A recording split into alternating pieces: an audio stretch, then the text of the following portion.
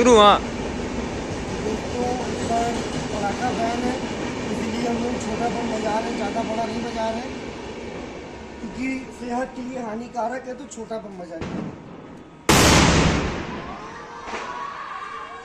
बड़ा बम नहीं बजाइएगा, छोटा बम बजाइएगा, कभी नहीं बजाइएगा क्योंकि पोल्यूशन ज़्यादा होता है।